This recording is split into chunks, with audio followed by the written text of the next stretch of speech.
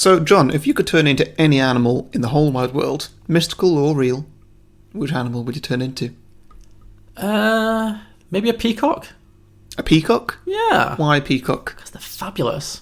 You just imagine having those. Imagine having that just in your back pocket the whole time, just like pow. Like. Wow, John, you just dialed gay up to 11 right there. Some films are fine just the way they are. Other films sometimes take it way too far.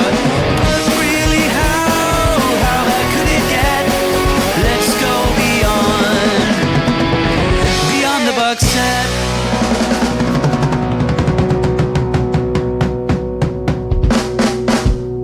Welcome everybody to Beyond the Box Set, a podcast where we pitch prequels, sequels and spin-offs to films that don't have any.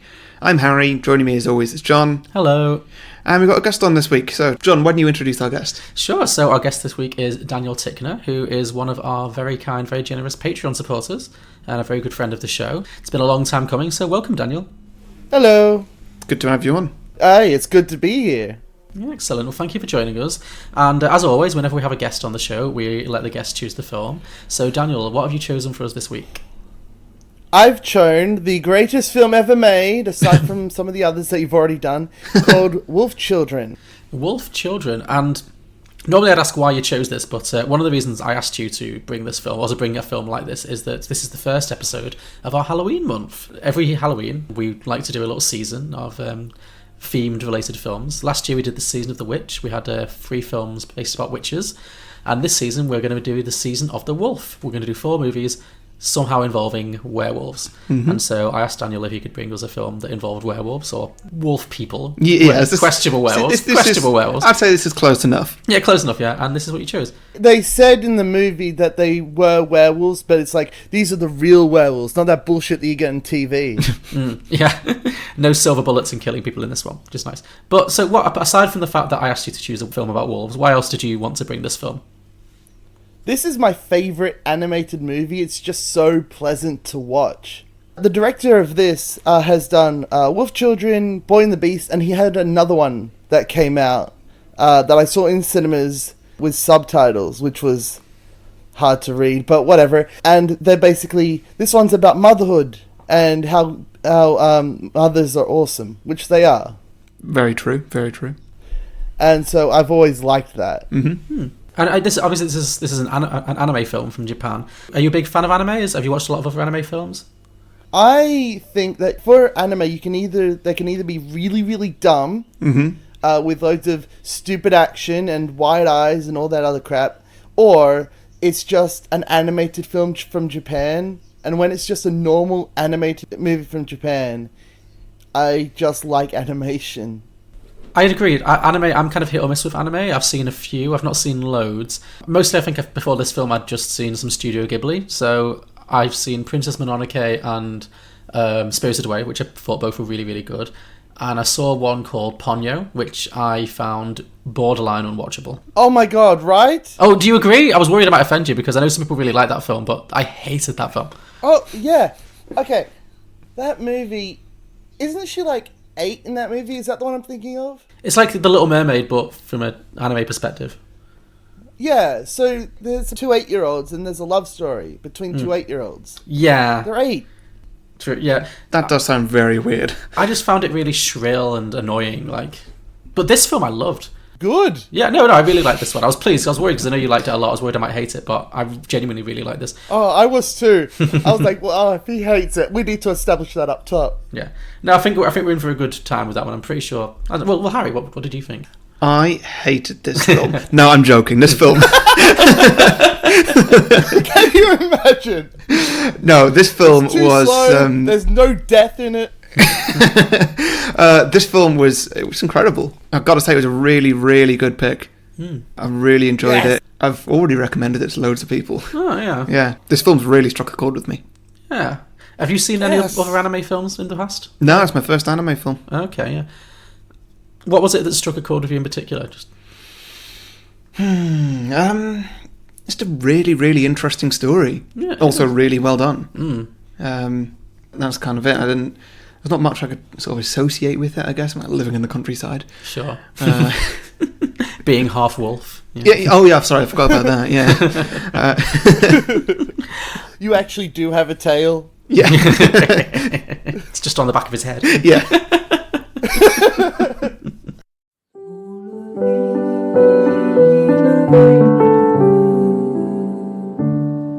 This is a story about my mother, and it's true, every word of it. The man she fell in love with was also a wolf. First of all, I think one of the first things I noticed about this film was that the animation is absolutely stunning. I was kind of expecting that because I've heard a lot of that from anime films. Bear in mind, I've never seen one before. And I watched this expecting a lot of the animation, and yep, it absolutely hit hard. Yeah. Like the opening frame, or the opening couple of frames, you just see I have that as a wallpaper. It's a flower, isn't it? Just like in like a meadow. It looks borderline real, but at the same time, like it fits in an anime cartoon style. I think it might be because, as I say, I've seen other anime films where obviously there's a certain way of drawing that you associate with anime, with the way that the human characteristics are drawn, that you expect, and this film definitely has that. Yeah. But I think I'd have to go back and watch the other ones to see if it's all of them, but I don't think it is. This one, I think it does use, is it called photorealism, when it mixes animated... It uses CG at least. Yeah, it definitely, I agree, the backgrounds looked really rich, and there were times when it felt almost like it was mixing animation with real life. Like the times when there's people running and stuff. Yeah, absolutely, yeah. It was so beautifully done and layered. It doesn't mix it with real life, but what anime has done now, especially this director in particular, because traditional animation from Studio Ghibli is everything's drawn by hand and animated in a computer because that's easier, but everything's drawn by hand. Now, what this director has been doing and pioneering is the characters are drawn by hand and some of the buildings stuff are drawn by hand, but other things are drawn in the computer, but in that style, so it's a blend. Right, okay. But yeah, I was really blown away by it. I thought it was just a treat to look at. Just a very, very beautiful fit. It's super pretty. Yeah, and with a lovely score as well. That lovely, delicate piano music. Yeah, I was thinking that. It was really nice. Yeah. Daniel, tell me, how many times have you seen this film? Okay, so first time I saw it on DVD because someone recommended it, and I've seen it. I don't know how many times I've seen it, but it's gone to I can now watch it on my phone status. Oh wow! because I really love animation and I really love movies, but I've seen this so often that I'm just like, I'm just going to download this on my phone and just have it playing in the background. So about 75 or 7, I don't know. Love it. Is it the sort of film that you can get more out of it watching it multiple times? Or is it the sort of film that you just kind of relive the same experience each time and it's like that? It's like having an aquarium where it's just pleasant to watch. You know what they're going to do. Sometimes you see different things, but usually it's just pleasant to see. That's a really good description of it. It's like an aquarium, because I know exactly what you mean. It is like, I felt that about the score. Like I would definitely download that and play it in the background just as nice. Like, oh, this is just giving me happy feelings. Yeah, it's just it's beautiful to watch. Sometimes stuff happens, sometimes not. Sometimes there's a suicide. That's okay. My aquarium is slightly more dramatic than most, but you know. This is a happy aquarium. Oh yeah, your fish killed itself because of the cat or something. Well, it killed itself. Yeah. What happened with your? It jumped out of the tank and died. Because I didn't feed it in time. I think I might be adding too much guilt to myself there, but yeah, it's very sad. It must have been very dramatic for the fish trying to swim towards the thing, realizing that there was a world outside of his tank, and then it goes to the food. Wow. You could write for Pixar. Yeah. A way to make me feel even worse. Yeah. Either that was just an accident. Speaking of Pixar, though, would you describe this as a film for children, do you think? See, when I've been Yeah? talking to people about this, I've said no. I've said like I don't really think it's aimed at kids. No. But then when I've seen a couple of descriptions online, it's a family film. Well, Coco was all about death and how kids experience death and how you should remember the past and stuff. So I'd say that this is good for everyone, even if it doesn't have, if it's not directed at kids, but kids can watch stuff that isn't Boss Baby. True, very true, very true. Yeah, I don't think it's unsuitable for kids. There's nothing that's like particularly upsetting in it or traumatic or like, but yeah, it feels like a very grown-up story in many ways. Just like it looks at I think like it shows parenting from the adult's perspective a lot of the time. Really does, yeah. Even though the child is the narrator, obviously. Oh, definitely. It's definitely that, and I'd say that Hannah is the main character instead of the kids. Absolutely, yeah. Yeah, Harry, I don't know if you'll agree. It really reminded me a lot of a couple of films that we've enjoyed recently, Captain Fantastic and also A Quiet Place. Not A Quiet Place, sorry. What's that one that we're... No, not A Quiet Place at all. No, sorry, that's a horror film. A Quiet Place! Oh my god! I'm just thinking about that. I'm going to change my sequel now. It's quite... Well, I suppose they do live in the countryside and don't see many other people, so it could be A Quiet Place. That is the countryside. There's only one countryside. Yeah, true. Yeah. No, it's, you know why that is? It's because I was looking at the list. I couldn't remember the film that I'm actually thinking of, and I looked at the list I have of the films I've seen this year, and I saw A Quiet Place, and I thought to myself, oh yeah, that film was kind of quiet. But no, do you know the one I mean? No, I'm thinking... Oh, you're my favourite. But no, do you know that film we saw in the cinema earlier this year that I really liked, you thought was a bit boring, with Ben Foster and the little girl? Oh, yeah. What was that one called? It's the boring one. The boring one. Yeah, Harry wasn't that keen. I thought it was sweet. Anyway, it was about a father raising his daughter off the grid, like in the wilderness, and it reminded me a lot of that. This kind of this lone parent trying to make a go of it in this kind of out of the way world. It was. Yeah. I mean, she wasn't really trying to do it off the grid. She was just trying to do it away from social services. Sure, yeah. But again, it had that similar vibe where the social services are closing in on her. And yeah. Definitely. So that was what it reminded me as well. Like this whole thing of like she's trying to keep her family away from all of that for obvious reasons. Yeah. So. But yeah, it did. It took a very adult approach. If it helps, I think she did take them to the doctor and do all the stuff that social service is like, why haven't you done any of this stuff that is very, very important? I think once they learned how to control their powers, she actually did do that. So she is a good parent. Oh yeah, she's a great parent. Yeah, but it just reminded me of other films about kind of parents who try to raise their kids outside the system. I guess maybe, which is I guess she has to do in this film because she doesn't want their secret to be revealed. But yeah, I guess we should probably talk about the plot a little bit because a lot of people who listen to this might not have seen this film. So, Wolf Children is... Which is great. Yeah, well... It's great. If you haven't seen it, watch it and we'll tell you why. Absolutely. Well, as Harry said, he's already recommended it to people and I would too, so... But yeah, it's an animated film from Japan, came out in 2012. It is about a young woman who begins a relationship with a...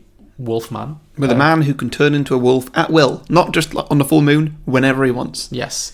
And also, actually, I do find it quite interesting how it's not just he's a human or he's a wolf. There's a big sort of middle ground. Yeah. Which he's in full control of. Mm-hmm. Like, he doesn't need to be just a wolf or just a human. He can be sort of a human that looks a bit like a wolf. Yeah, but makes the sex scene interesting. Yeah, well, we certainly had to get to that, didn't we? So yeah, she has sex with him, and it is very it builds towards it's going to be very romantic, but then he turns into a wolf for it. Not just he turns into wolf-like features. No, he's got a full snout and everything. And then, that's when she snogs him. I thought I was like, oh, his breath's gonna stink. Like he's. Well, he has brushed his teeth. If he's looking a bit wolfy, he's got a tail or whatever, then yeah, sure, I could still see the romance right there. But she's just snogging a dog at that point. Because also, do his vocal cords change? Like, can he speak or can he just bark and growl? Yeah. Well, we hear him talk as a wolf. I just immediately thought of, we have a friend, Louise, who's been on the podcast a couple of times. She was on the Burlesque episode, who has a dog that she worships. And I just imagined her because she's one of those dog owners who will let her dog basically just like snog her. Like she'll just have the dog licking her face and stuff. And it's just like, oh, that's so unhygienic. Yes, it is disgusting. You ask her if she'd have sex with her dog if he was human. I don't think I want to know the answer. Like, I'm afraid to ask that question. I'm asking that. I'm asking that. Oh, it's a drinking one. Well, she's going to listen to this anyway. So, Louise, consider yourself asked. We would like to know. Please write in. We'll let the fans know. Yeah, they demand answers. So she's at college, isn't she? So she's only very young. Like she's like maybe 18, 19, I guess. We're supposed to understand at this point. She looks young. I wouldn't use the fact that she looks young to tell you what her age is, because she doesn't age throughout like the 10 years that are in this movie. That's true, yeah. She looks exactly the same. And that's an anime style. You age with maturity. Mm-hmm. Okay. And she's as she is, and she learns a lot, but she's already fully mature, so she doesn't age at all. Mm-hmm. That's a good point. Yeah, so she gets into a relationship with this mysterious wolf man, and they sleep together. She gets pregnant, and she has 2 kids with him. And I really liked these little domestic scenes when they're kind of falling in love and they're having this relationship. There's a little bit that really made me laugh when he just walks through the door in human form, and he's just holding a dead pheasant. He's covered in scratches. I love that because at that point That's fun. she's struggling with, is it morning sickness at Yeah, that yeah, point? yeah. And so you see this montage of her throwing up into bowls and like really struggling with life. And then in the middle of the night, she's finally got to sleep. She's got an empty bowl next to her just in case she has a turn. And then she gets woken up in the middle of the night, and he's there just holding this feather. He's covered in feathers. He's got a massive grin on his face, and she looks at him just like, what the fuck are you doing? It is a proper what the fuck face, isn't it? It's great. I like how adaptable she is. She's like, well, I did marry a wolf. Yeah. Yeah, she really makes peace with these things really quickly. Yeah. Also, where did he find a pheasant? In like downtown Tokyo. Wherever Yeah. they are. It's a bird. I like how they said that wolves are extinct in Japan. So that's why no one's like, is that a wolf? Yeah. Yeah, that's true.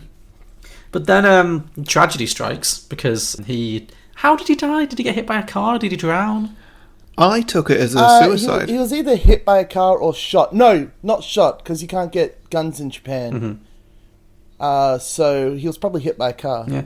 Because just before that, you thought he killed himself, Harry. Yeah, because she was looking from a bridge. I thought he jumped off the bridge. Well, why would he kill himself, though? Why would he do that? I don't know. I didn't get it. Okay. I was just thinking because the film is building up this little human wolf romance out. Literally just before that scene happened, I was like, oh, wouldn't it be funny if he just got hit by a car or something? Oh, It's like, John. I don't mean, but just like just the way dogs die, and then he did. Like, Wouldn't it be funny? Yes, John. It was a hilarious moment of the film. We all had a right He doesn't laugh. mean funny as in hilarious, obviously. He means funny as in strange. yeah. Well, I meant a bit of both, to be honest. But yeah, No. Oh, you mean? Yeah, Daniel, So you don't know mean, John mate. as well as I know John. He does not like animals. I like dogs. I like dogs more than cats. Like, yeah. Anyway, So he dies, and she's left as a single mother with these 2 young wolf children who can't really control when. Well, they can control, but they obviously because they're young, they don't really understand that there's times they can't really hide it. They are just constantly. And I liked how real this film was about raising children. Yeah. It really felt like I think that's one of its absolute strengths. Yeah, it felt like it was just like the wolf thing was a lot of times like just a metaphor for what it's like, because they go through like the tantrums, like the terrible twos, I guess you'd call it for a human. Like they're throwing tantrums, and when they throw tantrums, they become the wolves, and they're scratching all the furniture and chewing everything, and it's just like a complete mess. And there's the great bit when she accidentally eats the cleaning fluid, is it, or something? Or Something like that, yeah. the silicone? Silicone, yeah, that's it. And then she throws it. silicone. Yeah. And this is my favorite scene. I want to describe this scene because it's great. Because she's got Yuki, and she's running to the hospital, and there's a hospital on one side and a vet on the other. She's like, God damn it! And she calls up the hospital and is like, my kid just ate silicone. Is that going to be a problem? Do I need to bring her in? And they're like, not if she's got an appetite or whatever. And then she does the same thing with the vet. Yeah. Yeah. It's true. This film, it wasn't like overtly funny, but there were a few little moments that definitely had a little bit of comedy to them, because I really did laugh again when she, like you said, when she runs, and literally the hospital and the vet are like conveniently like across the road from each other, and she just looks from one to the other like, which one do I choose? Like, It's a great visual, and I love yeah, it. it's fantastic. Again, and also I was kind of surprised that it showed actual breastfeeding, like, which I think is great. I think more films should show that. Like again, that's what I mean about being like a film that doesn't feel like a kids' film, because it shows things that you don't normally see in kids' films. I think breastfeeding should be in kids' films. But Japan loves animation, and it's mainly animation. I don't think this is for kids, but I do think kids can watch it. totally, yeah. There's nothing that would offend a kid, that would upset a kid particularly. But yeah, I know. But yeah, it feels like She has sex with a wolf. she does, but it's not like it's a porn scene. Okay, it's fine. very You don't implied. see it. She You kisses see them him. kissing, and you can get away with that in PG-13 now. But Yeah. but it's an animal. It's weird. Of course it's weird. This whole movie's weird. She Well, falls true. in love with a wolf. Yeah. We need to get on board at some point. Is there a scene in Chicken Little when like the chicken full on snogs another chicken and it's weird because it's CGI and it looks odd? Like, I don't know, but that's a chicken and Entire a chicken. movie That's just looks different. hideous. yeah, it's not a pretty film. Anyway, Birds feed each other by throwing up into each other's mouths. you don't see that in Pixar, do you? No, but I want a it's normal. scientifically accurate version Definitely. of this movie. That's going to be my Definitely. sequel. Live action. Rabies. Yeah. So then she's raising these kids, and because they can't hide who they are, she's struggling to keep them like hidden from the world. People are hearing dogs barking in her flat, so she's threatened with eviction. And the social services are like, "Why have you not had your kids vaccinated? Why have they never been to school?" So she ends up moving to a secluded little farmhouse in the middle of the countryside. And this is when the film really turns into like Captain Fantastic for me. Mm-hmm. She's trying to like farm the land, and Well, for me, this feels like the bulk of the film. yeah, this is the main part of the film. Yeah. Yeah. I mean, obviously, the everything that's in the city is very important and absolutely vital to the film, but That's all build up. it is, yeah. It's all build up to this, which is when you start to see her bringing up the children. Totally, yeah. I love the farm scene. Just the way it looked is gorgeous. Because with the city, it's very flat and cold and distant. Mm-hmm. And they're struggling in it. And then you got the farm, and it just looks fantastic. Yeah, it does. They really do have a big difference in animation being in a city and being, well, not in a city. Because even like the town afterwards, like where the school is, that's still all sunny and colourful and beautiful, whereas the city is just grey everywhere. But yeah, I guess this is where you get with the kids as well as they're getting older. It raises this issue of like, are they going to be humans or are they going to be wolves? And she's like, I want them to have the choice to decide who they want to be. I like how realistic these kids were, because in movies, kids are either mini adults or shitbags. Yeah. It's one or the other. These kids are very realistic.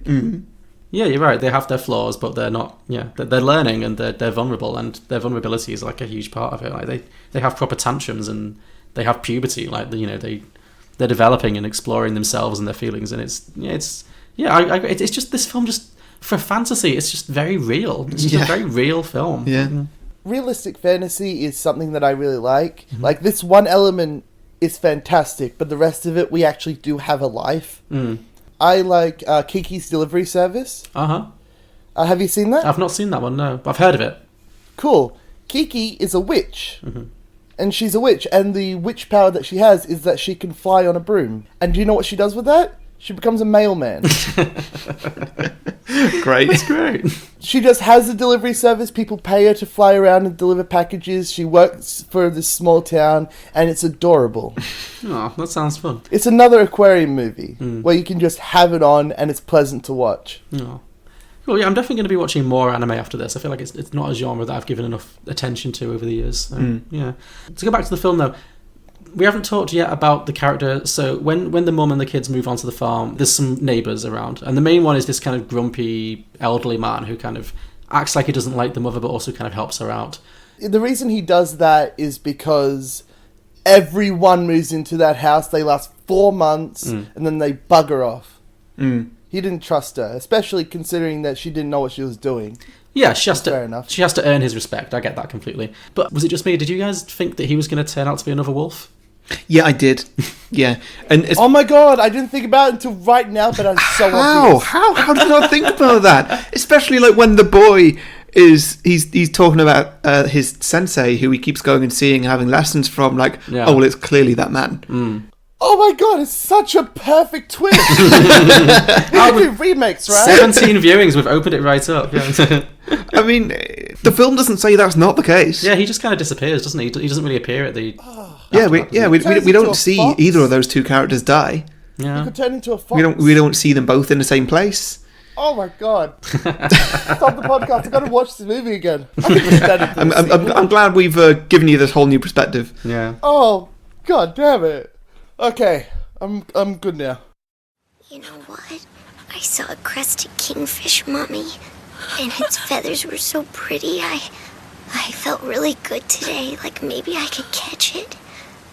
I wasn't scared, because I felt like I could do anything.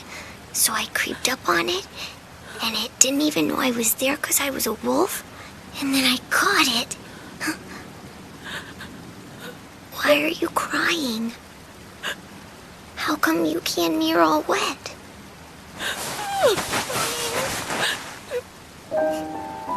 Years later, when she spoke of that day, she said it felt like her heart had stopped. But for Ame, that day was an awakening. His timid nature melted away.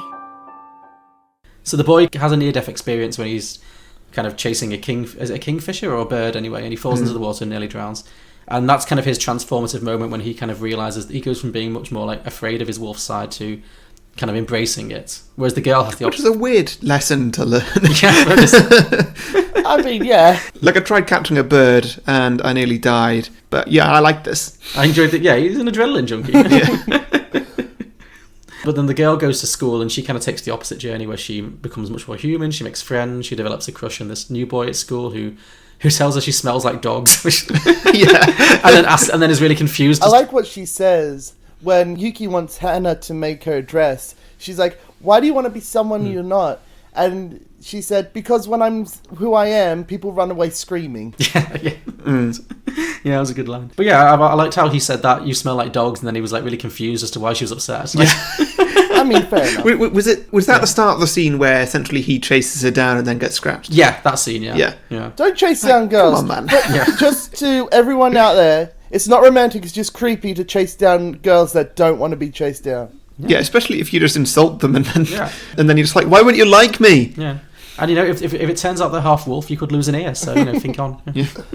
Oh, that entire scene was just... It was really good, but it's hard to watch because I don't like them being upset because I like these characters. Stop making them upset. I liked the moment afterwards when they're in like the principal's office or something, and the parents have both come in, and then so his mum's saying like, "Oh yeah, I'm going to sue you for everything you've got. You've not seen the last of me," or whatever. Yeah. And then the boy is like, "Oh no, it wasn't her. It was a wolf." And then you see that Hannah just Freak out. is she like mid bow or something? Yeah, like, and you can just see her freak out without moving at all. Like there's very little going on screen, but you can really feel what's going on there. Yeah, again, it's a testament to the animation, which is because it's not the most detailed animation on the human faces. It's not like they're really, and yet it really does express a lot of emotion. Yeah, it's great. I have a question. Go ahead. Do you think they believe her? Or him? Do you think they believe him when he says that it was a wolf? No, I don't. Do you mean his parents and the teachers? Well, because wolves are extinct. The teachers, the parents, anyone. No, well, I think Hannah probably figures out what's happening and that he's protecting her daughter. But I think everyone else is probably thinking that he's either ashamed to admit he's been beaten up by a girl or he's scared. But if he's not, I guess it's one of those things where if he's not going to tell the truth or what they think is the truth, then they can't really pursue it. You know, he has to. If he's denying it was the girl, then they just have to accept that. So, but no, I don't think they believe him. Okay, good. And I really like the scene after that when the girl goes home and she apologises to Hannah and she just bursts into tears. And yeah, it's sad because she's upset, but it was a beautiful little scene when she says, "I was trying so hard, but I just couldn't hide this side of myself forever." And it was very sweet. The voice acting really helped as well. It was really like nicely done. I tried to be good. I kept saying it, but it didn't work. Are they gonna kick me out of school? Will we have to move away because of me? I'm sorry. I'm so sorry, Mom! Mom, I tried so hard, but I know you just did, baby. But yeah, I guess it ends with the two children finding their paths. So the boy follows his sensei, and then his sensei is an old fox who may or may not also be an old man who dies, or is about to die, and then he goes into the forest and becomes like the lord of the forest, I guess. And Hannah has to kind of accept that, and she gets the vision from the wolf man from the beginning of the film, saying, "You did a great job." I really, really like the fact that Ame looks exactly like his dad. Yeah. With the same costume and everything. I don't know if it's because he's fully grown as a wolf, or if it's the anime thing where you age with maturity, but the fact that he's 10 and he looks like an adult is very good. And it shows visually that he's gone through a lot and he's grown up and he can leave at the end. And we're not going to worry about him. Well, yeah, and then Hannah's kind of left alone in this in the house. Like, I guess the girl's not gone forever. The boy, maybe he is. But, yeah, I did think to myself, like, oh, she's probably only, like, in her late 20s at this point. Maybe, like, you know, early... Yeah, because... What's the girl says that she was only raising children for 12 years. Yeah. And so, like, say she was... My favourite part about that is that at some point someone's going to be like, so where is Alme? I haven't seen him in, like, months. Yeah, that's true. Yeah, she could go to prison. Like, yeah. Where is your son? The next year, I moved away from home to live in the dorms at the junior high school. Before I left, she reminisced about the 12 years she spent raising us. She said the time had passed as though in a dream or a fairy tale. She smiled as she said it, her gaze fixed at the peak of a distant mountaintop. And in that moment, I knew I could go. She was fine. We all were. Are there any scenes we haven't talked about that you want to particularly highlight as favourites? Oh, yes. Go on. There's loads. I Okay. love all of the scenes with the village. I love the sense of community that the town has. Yeah, I agree. She says once, I got here to get away from people, and now we're closer than ever. Yeah. Yeah, it does that very well. It does this nice little cast of characters that all come together. Wait, Harry, did you have any favourite scenes that we've not talked about yet? No, I think we've covered everything that that I liked about this. Well, I mean, I like pretty much every bit of it, but Sure. yeah. Yeah. I mean, we talked about it a bit briefly, but the snow scene when they're running through the forest is Oh, beautiful. that's so pretty. So pretty. Oh my god. So Yeah. pretty. I love it. And they're having so much fun. Through that whole scene, I was terrified that she was gonna like fall over and hurt herself because she's running quite fast, and they see me running like at full pace next to her. And then there's a bit where she does fall over and she tumbles down a hill, and yes, it's in snow, but she's doing cartwheels down the hill. She's bouncing off her head regularly. She's fine. Yeah, she's just fine. They didn't do that a lot, but she's obviously great at gymnastics or something. Yeah. She's a young mother. She's only like 25, 26 at that point. She's just, I bouncing guess, off yeah. everything. What's going on with the clothes situation here? So when they change into wolves and when they change back, Oh, we actually see that. They just fall off. During the snow scene, we saw them basically, as they turned into wolves, they slipped out of their clothes. So they're just really quick. sometimes that happens, but then also they'll do that and then they've got their jumper nicely tied around their neck, for which I didn't really see the point of because they didn't look like the same wolf, so you could easily tell them apart. So yeah, there was that, but then there are bits at the end, like say when Ame leaves, suddenly he's a human wearing clothes, and then he's a wolf with no clothes, and then he's a human with clothes again, and there were a few... That's just a thing you shouldn't think about. But since we're on the podcast, let's think about it. Sorry, you mean an inconsistency? Do you think he stores them? Stores them? What do you mean, like where? Well, he's like, well, I've got to leave these in a tree or something in case I come back. Oh, yeah, and true. so we see him walk up with the clothes, but we don't see the scene where he has to put the clothes back on. He's like, God damn it. Yeah, I guess. I love the fact that it's a storm, right? There's a huge storm. We had one of those a few years ago here. It's a huge storm. Everyone's like, we need to make sure that all of you can get home. And that boy's mother does not help him at all. No, actually, yeah, that's the point. We don't What a see dick. We don't see I her hate make that. any effort to come and pick up her son. No. She's so apathetic that she's like, the school can handle it. Yeah, so when he's having that monologue of just like, oh yeah, my mum's getting remarried now, I'm alone, I'm a lone wolf, I'm alone, which I really hated, by the way. Oh yeah, the fact that he called it a lone wolf. Yeah, For just- one, wolves are pack animals. Yeah, That's what they're known for. There's no lone wolves. There's like 50 of them. yeah. And second of all, that is just so utter cliche, and I hate it. Yeah, so me much. too, me too. He's a teenage boy. They That's made what they it do. up. Well, yeah, I know. No, not the mopey stuff. The fact that he's like, I'm a lone wolf. I'm so alone, like a wolf. Yeah. Get it? I know you're a wolf. I think he's saved by the fact that he knows that she's a wolf. Yeah. Yeah, whatever. But at the same time, you're right. I'm a lone wolf. Alone, like a wolf. You know, like you are, a wolf. It was all a bit much. So, hey, were you serious about us living here?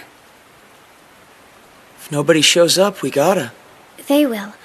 I bet you your mom's on her way right now. As if. Why wouldn't she be? You know why. She got married again.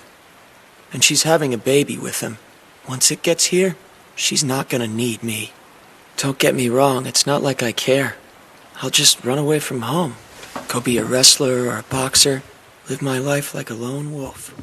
Okay, should we get to some drinking games then? Yeah, sure. I've only actually got 2 this week because I found it quite difficult to pick a penny. It's different with anime, animation in general, isn't it? Because it's not like the things you normally look at, like, you know, dodgy extras, dodgy wigs, don't really apply. But, No. But you can still have plenty to drink about. Oh, sure. Or 2 specifically.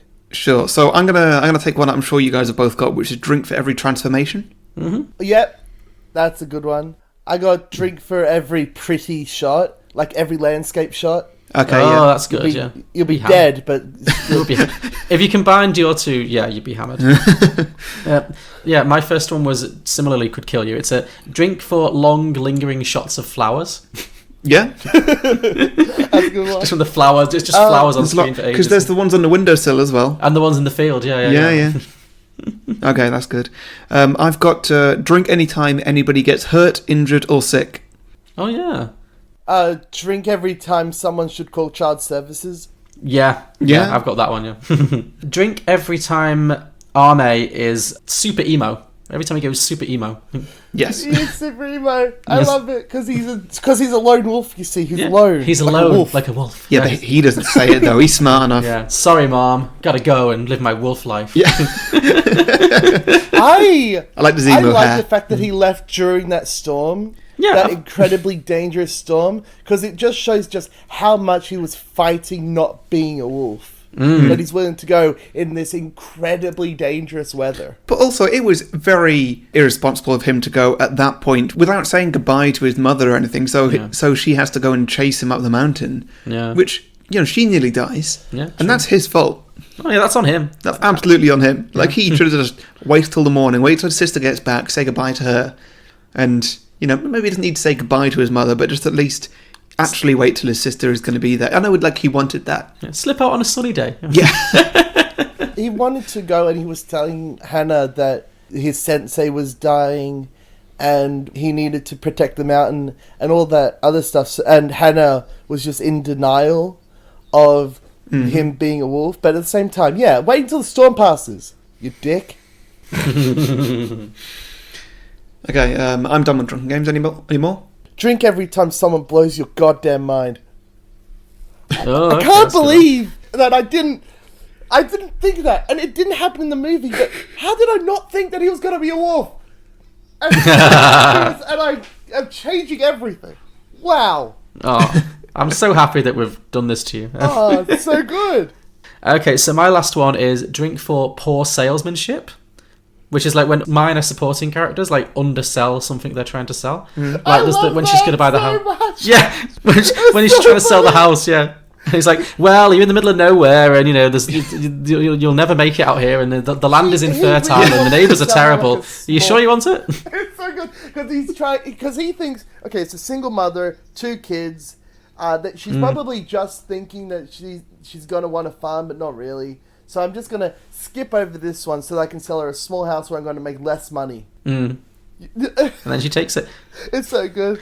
But then it happens again when she goes for a job at the conservation agency, because it's like, Oh, right! well, you'd make less money. You'd make less money than you would if you were a student, and you know it's long work and it's boring hours and it's not very fulfilling. And like, are you sure you want this? And she's like, yeah. It's so It's like, come on, good. how are you ever going to fill these roles if that's how you're selling them to people? My favourite part about that scene is that she doesn't say, yes, I want the job. She's like, I heard you had a wolf here. And he's like, you only came for the goddamn wolf. Yeah, It happens all the no time. red flags. Look, we could use an assistant. If that weren't the case, we wouldn't have posted that job notice. And I'd be more than happy to bring you on. Honestly, we keep this place going on a shoestring budget. That said, we can cover your training expenses if you decide to become a conservationist. But that amount isn't very much at all. A high schooler with a part-time job would make more than you would here. Knowing all of that, do you still want it? I heard that you're caring for a wolf here at the sanctuary. We done with drinking games? Yeah. Yeah. Cool, okay. So I guess this is Harry where we talk about... But the Friends game. Oh, we're doing the Friends game before Patreon now. Are we finding a place for it? Friends, I accidentally watched Glee. Glee. I don't know. Friends wasn't on Netflix, so I couldn't watch any of the episodes. Well, But I watched that Cracked video, and apparently they're all terrible. so people say. Popularity breeds contempt. Yeah, fair enough. They're not that bad. Yeah, so this is hard, but... It is, okay. So, which of the Friends cast would be Hannah? Monica? I don't know. What about Joey? Yeah, Joey maybe, could- Joey? gender flipping. Joey could be Hannah, because isn't he the selfish one? So to see him just have contempt for trying to raise these kids would be hilarious.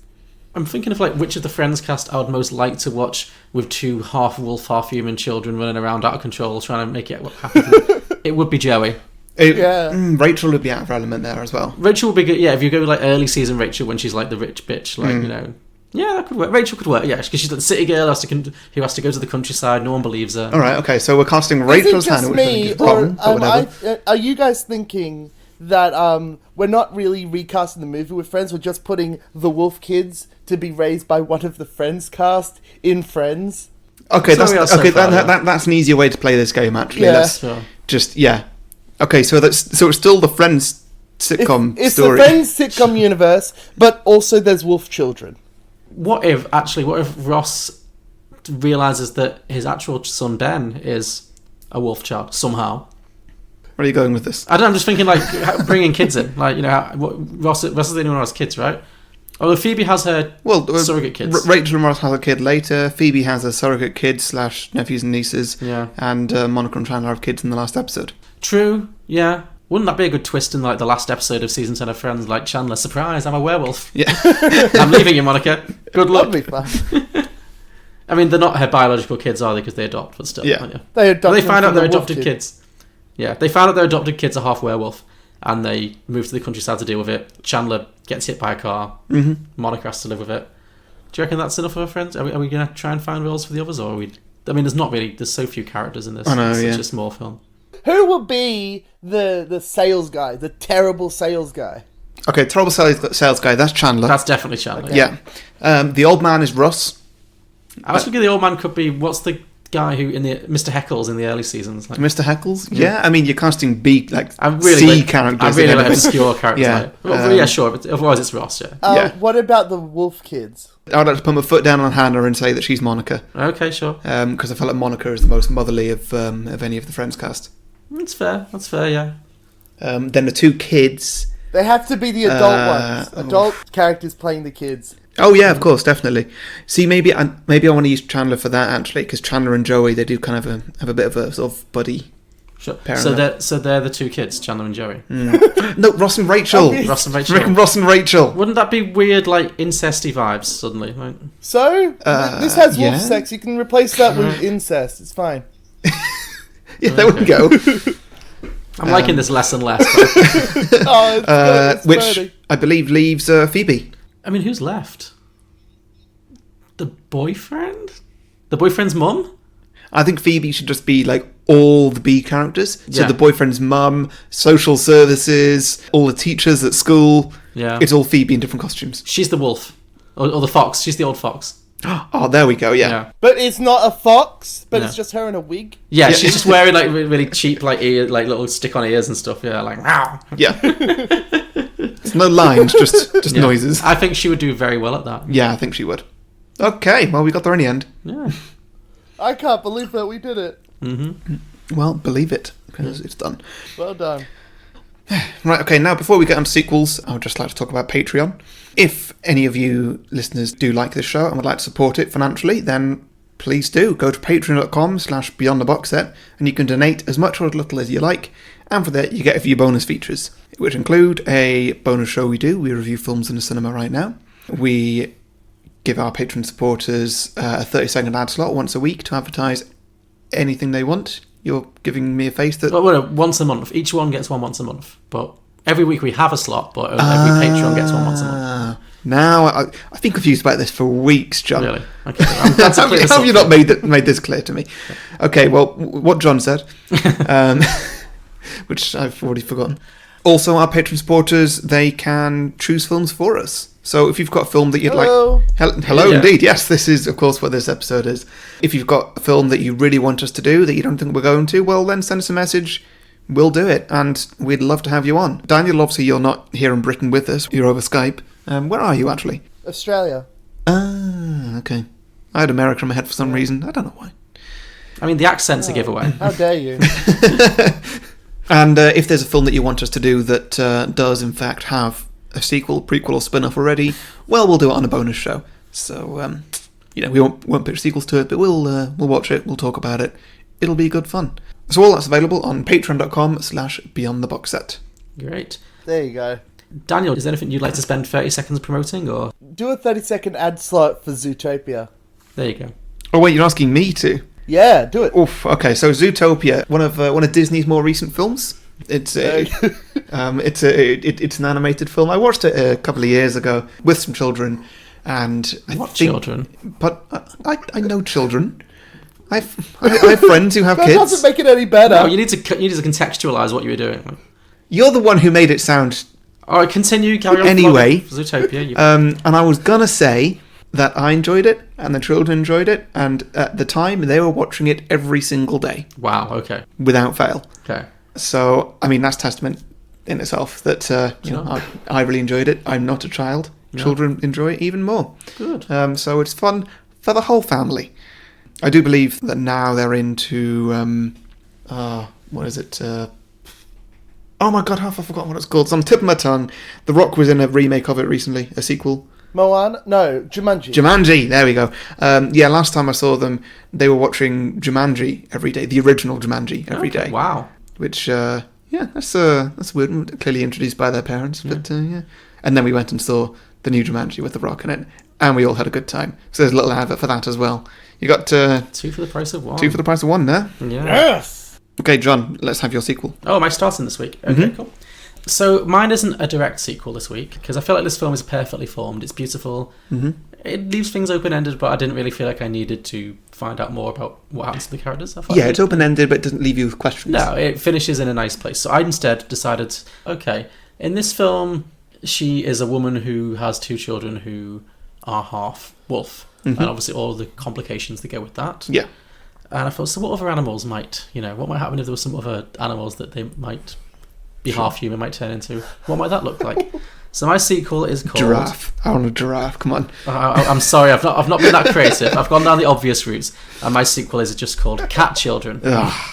Oh, we're drinking for puns? I'm drinking for puns, because I've already seen some listener submissions that are cat children. Yes, well, I never claimed to be an original thinker, but...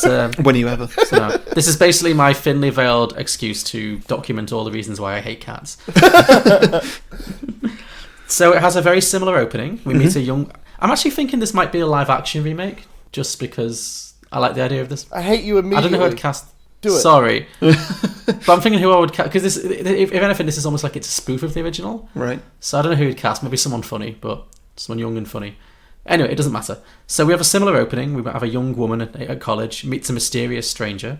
He's sexy but distant, but she manages to seduce him when she accidentally dangles a piece of string in front of his face. I'm on board! Okay, yeah. They share a wild night of passion, after which she wakes up covered in fur and scratches. At this point, he's forced to confess that his father was, in fact, a British shorthair called Raffles, and he is himself 50% cat. So, wait, sorry, you've gone into the lineage of where these creatures come from. Yeah. So, his father was a cat. Yeah. Was a full cat. Yeah.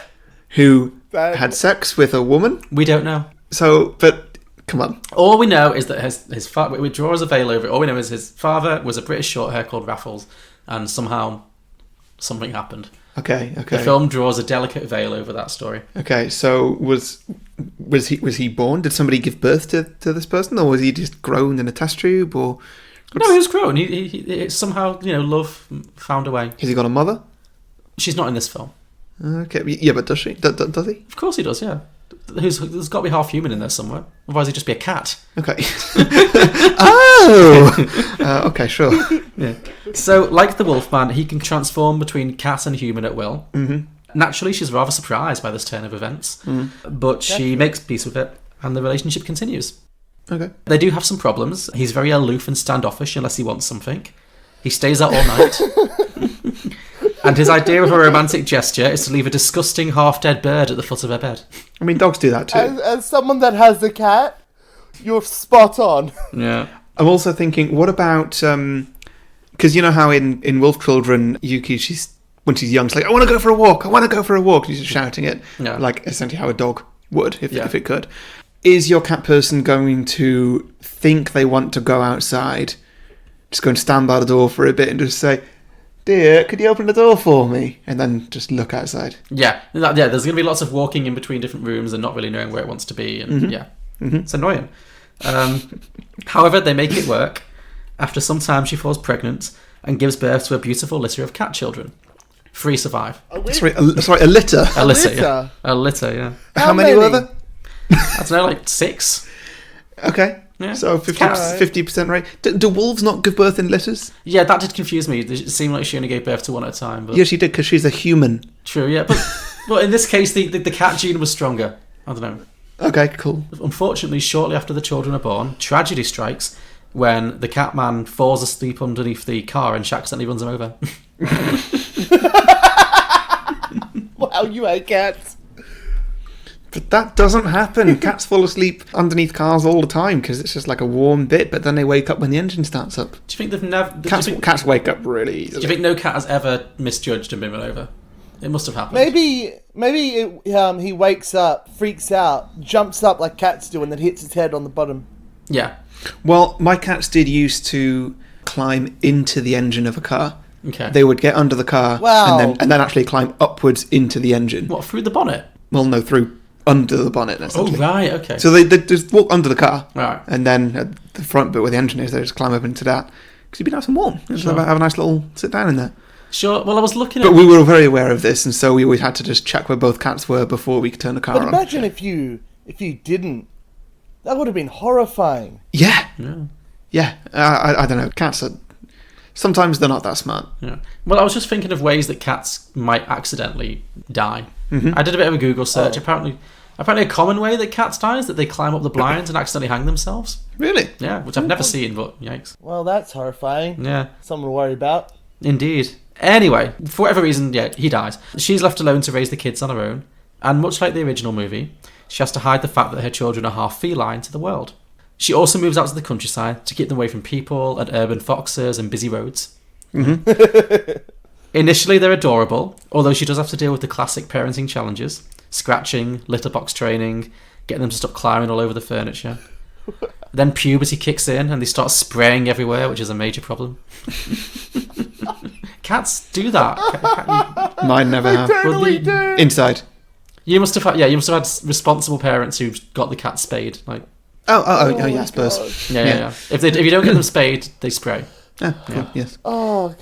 I mean, did dogs not do that? In fact, in Wolf Children, they were doing that. They were spreading their scent around. They didn't spray though. They pee on things. True, they were still peeing inside. Sure. Well, in Wolf Children, they weren't peeing inside, but I'm just documenting the issues I had when I lived in a flat full of cats. Was it just you? No, it was when I lived back in my student days. Just imagining you in like an entire floor of essentially student housing, but everyone's a cat. Basically, I was... no wonder you hate them all. I was Goldie Hawn in Death Becomes Her for a time. It was a dark chapter in my life. If I open that cupboard... we all wish we were Goldie Hawn. We do, yeah. Anyway, so... she moves to the countryside, the kids are going through puberty, lots of challenges involved, but ultimately she muddles through and things seem to be going reasonably well. Until the bodies start showing up. And this is where the film diverges from the Wolf Children. Yeah. Oh my god, I love you! Carry on. So yeah, at this point the film is going to take a great. dark turn into like Bad Seed, Children of the Corn territory. It was where the mum has to come to terms with the fact that her adorable little children are in fact psychopathic killers. Lovely. Because that's what I think cats are psychopathic killers. Like,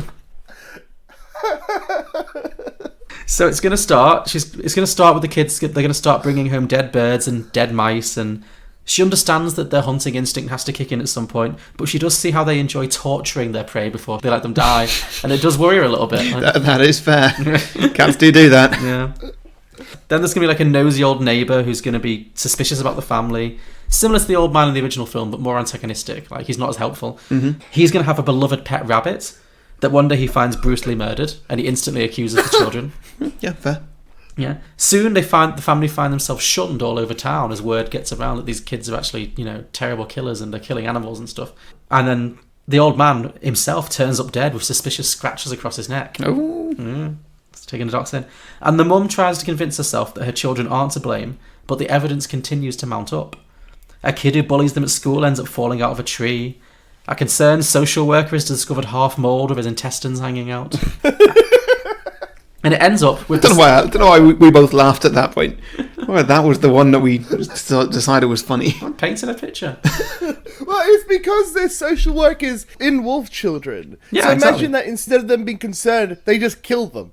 Yeah, that's what I'm going for. It's following the plot, but just taking a dark turn. So in the end, all these deaths keep bouncing up, and all the surviving neighbours form a lynch mob, and realising that the evil cat children must be the culprits. So it's going to be a classic mob. There's going to be like pitchforks and flaming torches, and they're surrounding the house in the countryside and demanding that the kids be brought out to be, for vengeance, for justice. And the mum's like, "You don't understand. They're just children." And she tries to protect them. They flee the house, and the mob gives chase, and they're running through the forest. As they're fleeing the mob, she trips and falls over, and screams for the children to help her. But the children continue to run on without a moment's hesitation, leaving her alone to the mercy of the mob. Because cats are selfish bastards who care about nobody. Oh my god, this is way better than anything I could ever write. It's so funny. I rate this 0 out of 10. Oh yeah, it's awful, but in a great way. Well, I may just stop right now. No. So she survives because the mob aren't really after her, so she survives and watches as the mob chases the cat children to the edge of the ravine, where they transform themselves into cat form in front of everybody and are forced to leap over the edge of the cliff into the beyond because they've got nowhere else to go because they're being chased. And the film ends with a sad voiceover from the mother saying that she often wonders if they manage to survive. They do say cats have 9 lives and always land on their feet after all. Sometimes at night she still hears them meowing on the wind. But she's learned her lesson and now she's got a dog. End of story. She's Hannah. It's Hannah. Yeah, exactly. It's Hannah. Before Wolf Children, she falls in love with a cat man. Oh, I love you. This is great. Yeah. Yeah, then she went back to college, fell in love with a dog man, the story repeated, but in a much happier way. Yeah. And then after that, she tried the same thing with birds. Yeah, she's just getting through the species. Then there's a gerbil, then there's, She's got issues. Hannah has issues. Well, okay. Oh, it's the best. I love it so much. I'm not a fan. I think it was inaccurate. You would. I have a cat and you were 100% correct. Any questions? What's this rated?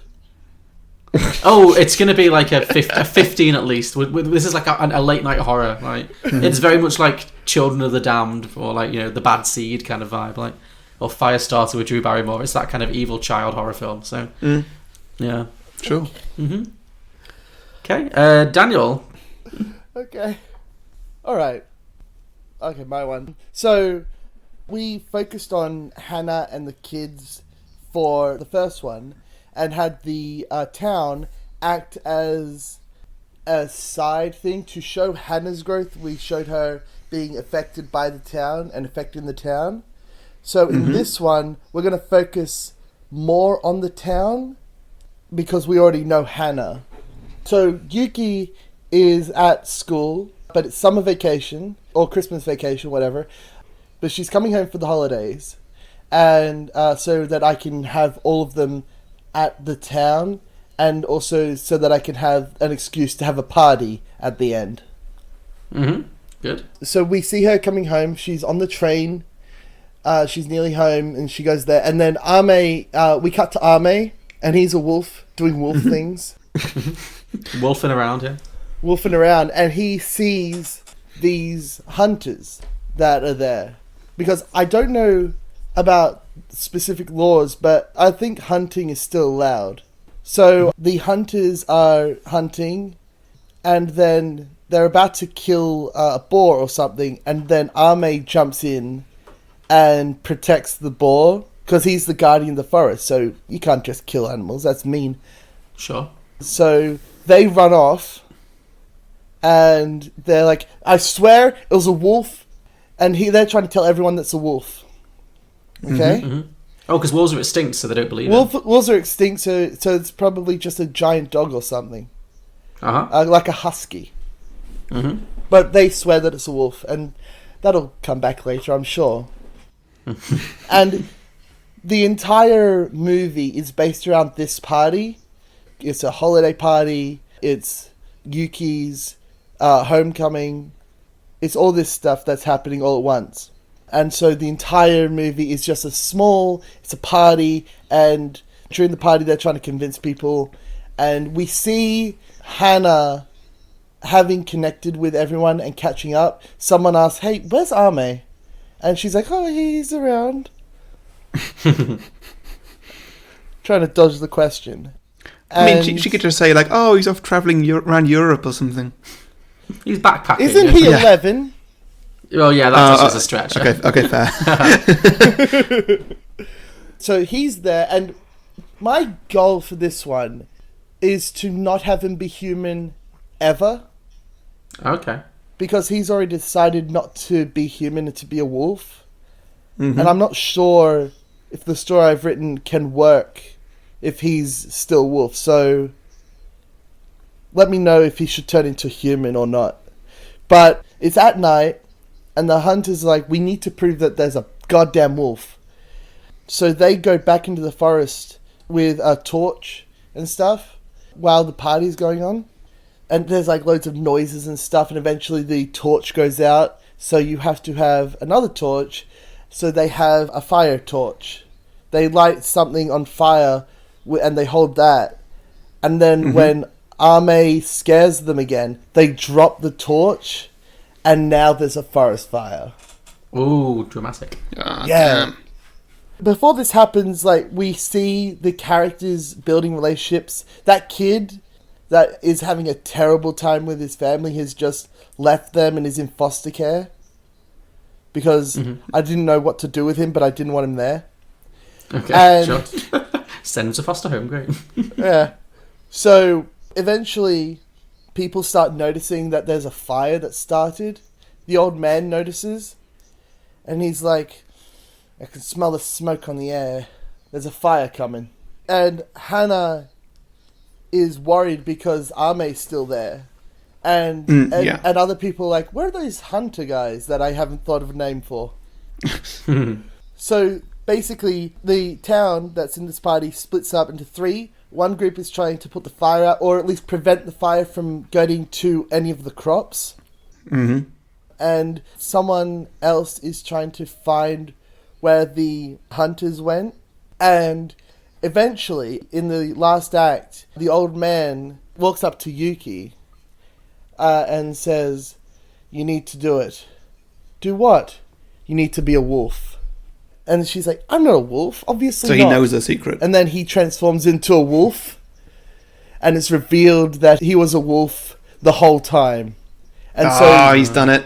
yeah. And so Yuki and the old man, whose name I forget, are both wolves, and they both try and find Ame and the hunters. And also, they are pushing wood and stuff to create a barrier so that the fire doesn't spread much. Okay.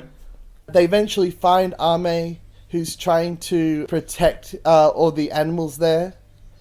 And eventually, without dialogue, this entire scene is dialogue free because the wolves don't talk. Without dialogue, Yuki convinces Ame to go back with her to the town so that he can be safe. What, to go back to the farm? And they take the hunters with them. To go back to the farm so that they can be safe. And boom, that's the sequel, where I somehow made it so that that old man could be a wolf. That was excellent thinking on your feet there. No, that's good. I like that. I like the idea. There's always really, I think a forest fire is always a good dramatic. Woodwell and Bambi. It's a good one. So we have a forest and it's right there. So does the forest fire get? Does it get put out? Like, is this a happy ever after, or is Ame just like, oh my god, all those animals? After the fire, like, there's a lot of damage to the forest, but the fire department's called, and the town's safe because all the town people work together, and we saw them working together to make sure that the fire didn't spread to the town. And then Ame realizes that he can be part of the town even if he's still wolf. Yeah. Okay. Nice. Oh, so people accept him in the end. Yes, because this is a I like pleasant it. one where cats don't kill anyone. Slightly different from mine, yeah. No, I like that. Maybe we should end where it starts raining and it's like so nature puts the fire on. So it's like that's a cool symbolism. All right, we'll do that. But I was like, should I go dark and stuff? And like, no, this is a pleasant movie that I want to watch. yeah. I didn't want to ruin it with like death and destruction. Well, I'm sorry.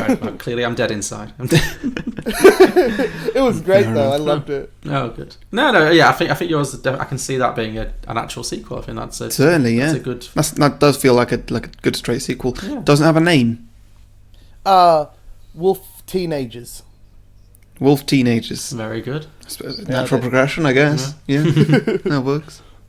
Teen Wolf. It's Teen Wolf. It's obviously Teen Teen Wolf. Wolf. I mean, it's been taken. It's been taken. I'm not sure. Well, Harry, they play should we move on to basketball yours? at the end.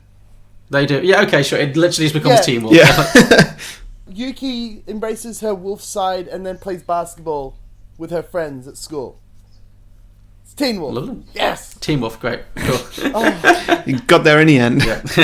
Perfect. Oh, very good. Thank you very much. Harry, should we get to you? Yeah, okay, so mine is called The Grand Wolf. The Grand Wolf. Okay. Yeah. So this is going to be a sequel.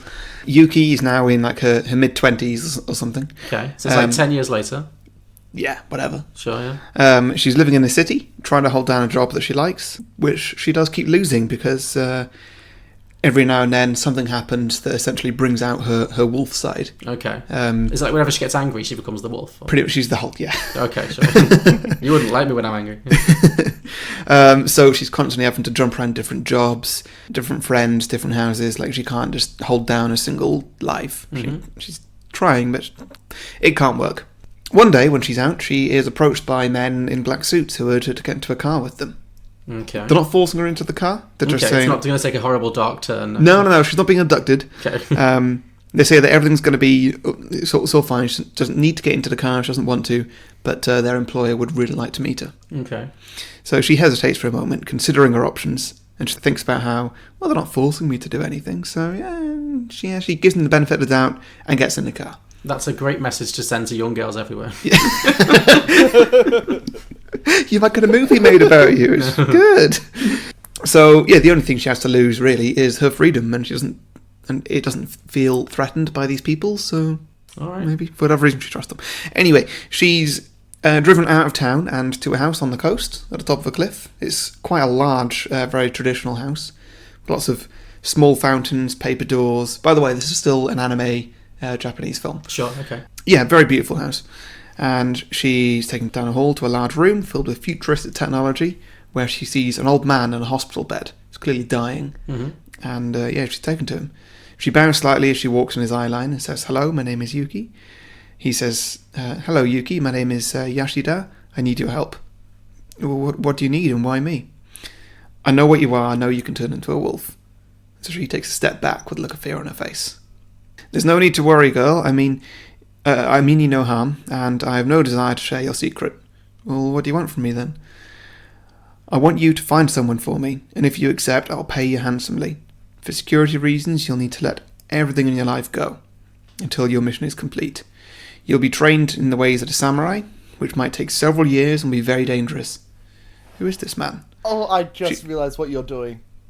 Oh, already? Carry Okay, on. well, don't say. I won't. That was quick, man.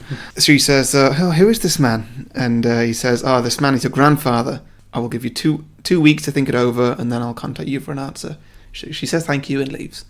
It's driven all the way back into town, right to her door, and as she gets out, one of the drivers gives her a lot of money. I've said £5,000, but obviously they don't use pounds over in Japan. Sure, yeah. He says, "Consider this a gift from Mr. Yashida." And so the next day she quits the job that she currently has and gets on a train out to the country and goes back to her mother's house, where she stays for the next 2 weeks. So she explains everything to her. They talk it out fully. I've not written a script for that. And, Hannah really wants her to do it, but at the same time doesn't want to say goodbye to her daughter for several years for a very dangerous thing. So the daughter the old man's asked the daughter to go and find her own grandfather or his grandfather? Her own grandfather. And that presumably is the Wolfman's father, not Hannah's father? Yeah. Okay, cool, right. For reasons. Okay, sure. So anyway, Hannah says that she should go up and speak to her brother in the mountains. He might have a different opinion. Mm-hmm. So he's still about. Great. So she transforms herself into a wolf and trots up into the mountains. She gets into some kind of familiar scent and starts to trot a bit faster and eventually breaks into a run. She runs faster and faster, and this is where we get another one of those lovely animations. Oh, nice. Okay, sure.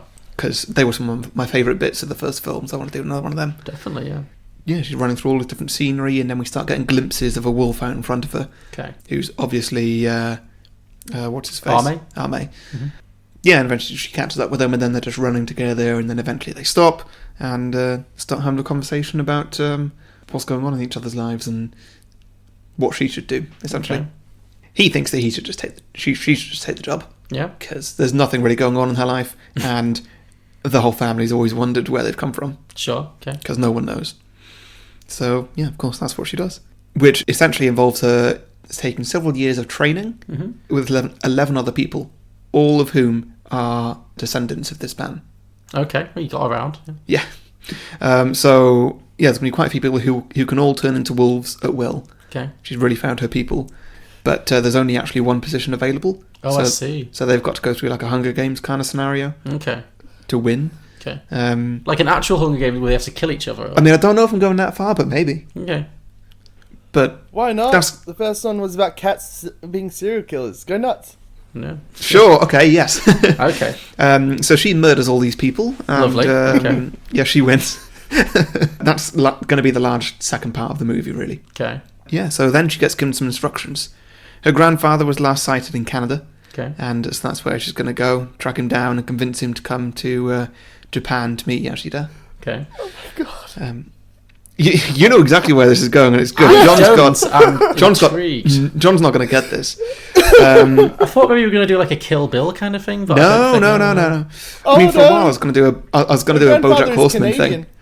Something else. Sort of this man, her grandfather, doesn't clock on that they're similar and that like she's a wolf person. She's going to be instructed to hide that ability and throw him off the scent, so to speak, by faking another kind of ability. Okay. So the only thing that she can fake is just making stuff up. She's essentially going to become a fortune teller. Okay. She's going to tell him that she can just see how someone's going to die. Okay. It's an easy one to just say. Sure, okay. Yeah, pretend. You don't need to have like force powers or something. So she's shipped off to Canada, where she begins the search for this man. Does she travel to Canada as a human or as a wolf? As a human. Okay, because that's the difference between ceasing in a crate. So okay, yeah. I suppose I did say shipped off, didn't I? No. And about 6 months in quarantine. So yeah. Yeah, and she begins the search for this man, which maybe it takes quite a while. Canada's big, and eventually she finds him. He's living in a cave near a small town. He has very long hair. Long beard. He's completely separated himself from society. Sure. He's made friends with a grizzly bear, in fact. Oh, that's nice. Okay. Oh, is this going to turn into that film? No, carry on. No. This is it. This is the end. Okay. Go on. What you care to take a guess? Oh no, I don't. But the film I'm thinking of is not the. I don't think it's is the it film Logan? You would have seen. Is her grandfather Wolverine? Her grandfather is in fact Wolverine. Oh, okay. No, I was thinking of something entirely different. I was thinking of Into the Wild. It's not Logan, actually. It is the Wolverine, the second Wolverine movie, because that's the one where he goes to Japan and meets Yashida. Oh, I see. Okay. I should have known you'd go for some kind of tenuous Marvel link. Like. Well, it's not that tenuous is the thing, fair enough, because it could make sense that he's the grandfather. He does sleep around. It would explain why in the origins of Wolverine they said you were like a wolf. You know, Wolverines, the wolf thing. Mm-hmm. That was such a dumb line. Wolves are different. Daniel, you might know the film better than John. I imagine you do. In The Wolverine, do you remember the Japanese character with the red hair, the one who finds him? Yeah, doesn't she have like venom powers? No. She's the one who can just tell how people die. Oh. Do you remember what her name was? No. It's Yukio. What? It's literally Yuki with an O on the end. Oh my god!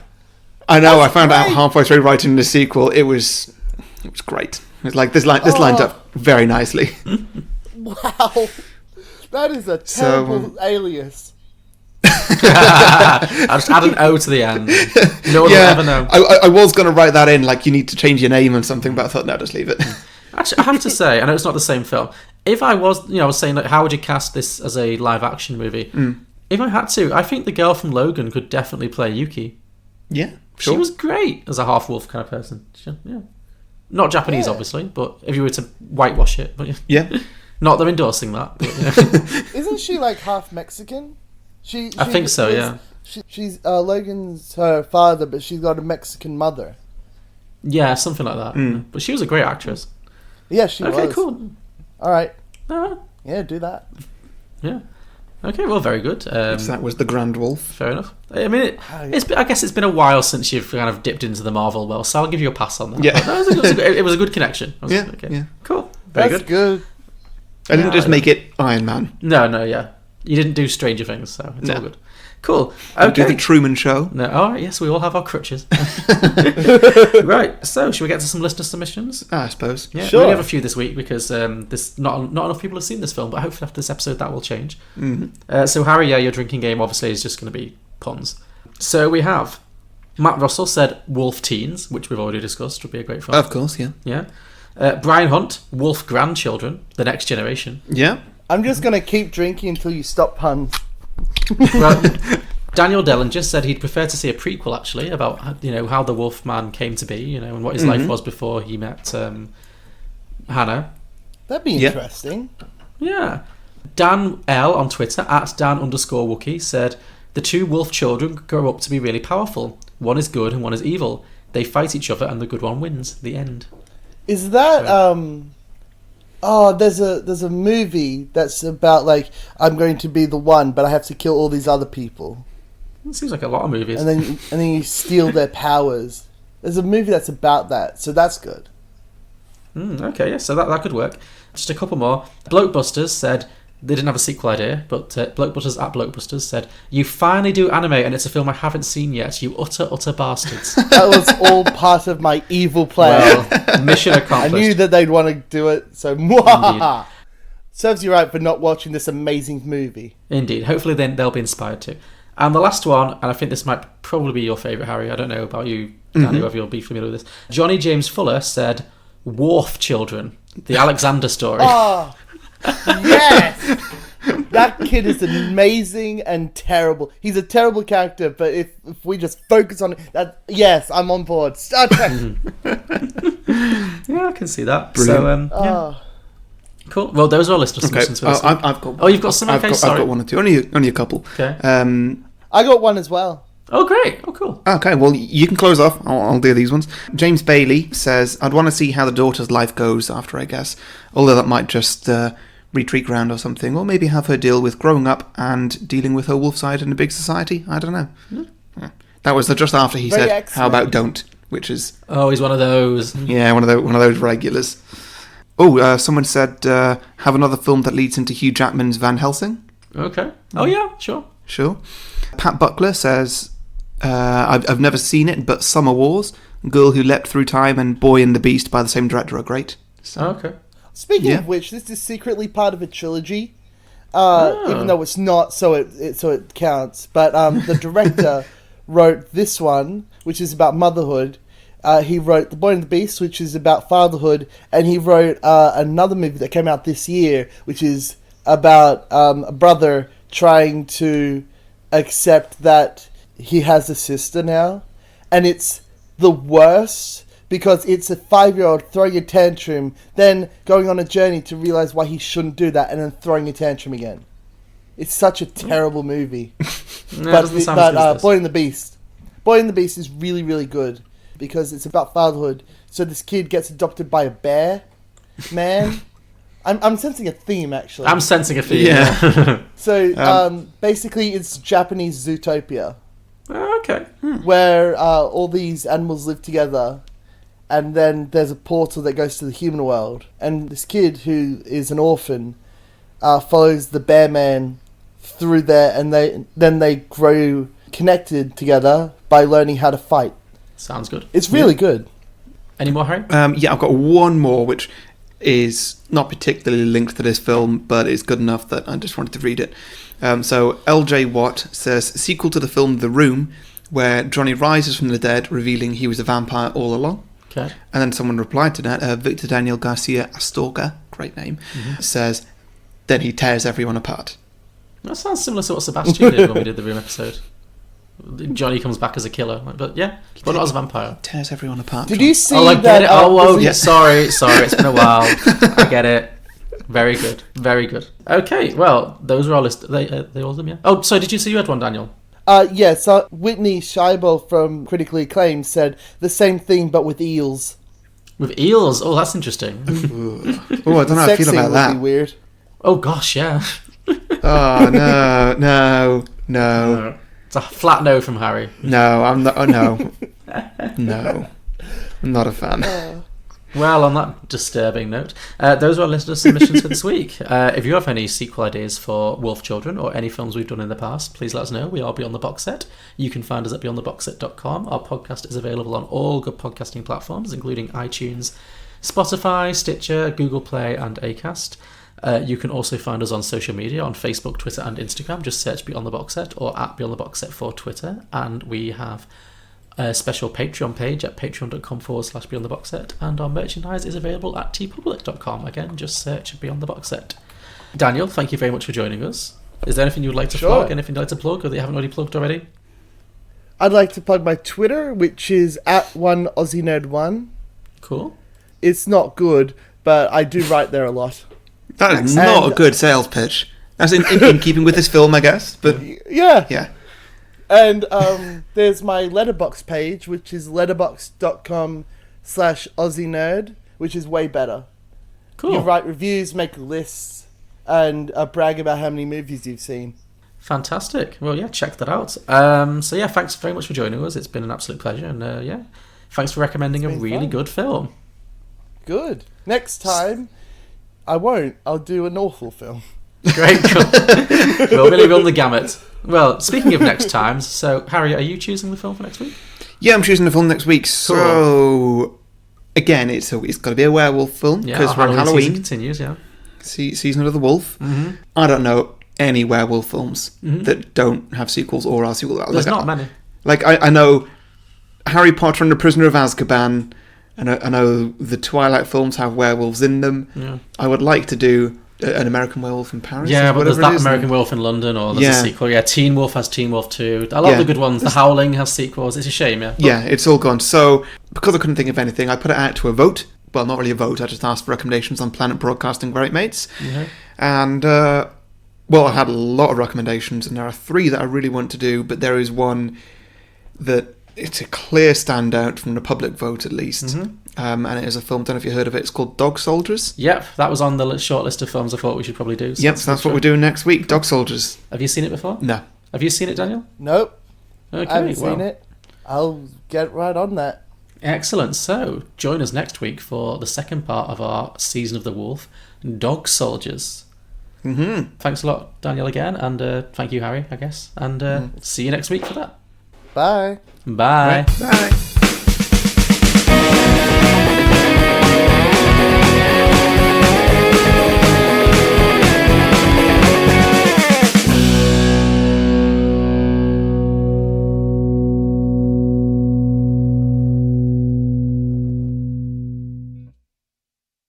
I'll just run away from home. Go be a wrestler or a boxer. Live my life like a lone wolf.